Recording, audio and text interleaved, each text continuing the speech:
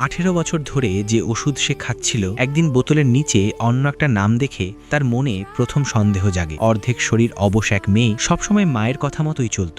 জন্ম থেকেই তার শরীরের নিচের অংশ কাজ করত না। অ্যাজমা আর ডায়াবেটিস নিয়ে তার জীবন কষ্টে কাটছিল। মাই ছিল তার পুরো পৃথিবী। সেদিন মা বেরিয়ে গেলে সে ট্যাবলেট মুখ থেকে বের করে চুপচাপ তাকিয়ে থাকে। পরের দিন বোতলটা ভালো করে দেখে সে স্তব্ধ হয়ে যায়। লেবেলের নিচে লেখা নাম তার মায়ের। সেই রাতে সে ওষুধ খায় না। মা ঘুমালে ল্যাপটপ খুলে তথ্য খুঁজতে চায়, কিন্তু হঠাৎ ইন্টারনেট বন্ধ হয়ে যায়। পরের দিন সিনেমার অজুহাতে সে ফার্মেসিতে যায়। দোকানদার ওষুধ দেখে বলে এটা কুকুরের পেশি ঢিলে করার ওষুধ। সে শুনে অবাক হয়ে যায়। ঠিক তখনই মা সেখানে পৌঁছে যায়। জ্ঞান ফিরতেই সে পালানোর চেষ্টা করে। এক ট্যাক্সি ড্রাইভার সাহায্য করলেও মা তাকে আবার ধরে ফেলে এবং বেসমেন্টে নিয়ে যায়। সেখানে সে একটা ফাইল পায়, স্ট্যানফোর্ড ইউনিভার্সিটির ভর্তি চিঠি, তার ছবি আর একটা মৃত্যু সনদ। তাতে লেখা সে জন্মের 2 ঘন্টা পরই মারা গেছে। একই তারিখের একটা নিখোঁজ শিশুর পোস্টারও ছিল। এখন সব পরিষ্কার। মায়ের আসল সন্তান মারা গিয়েছিল। হাসপাতাল থেকে এই মেয়েকে চুরি করে এনেছিল। ভুল ওষুধ খাইয়ে তাকে অসুস্থ করে রেখেছিল যাতে সে কখনো পালাতে না পারে। মা একটা মেশিন নিয়ে আসে তার স্মৃতি মুছে দিতে, কিন্তু সে নিজেই বিষ খেয়ে ফেলে। মা তাকে হাসপাতালে নেয়। কয়েক মাস পর মা আবার তাকে নিতে আসে।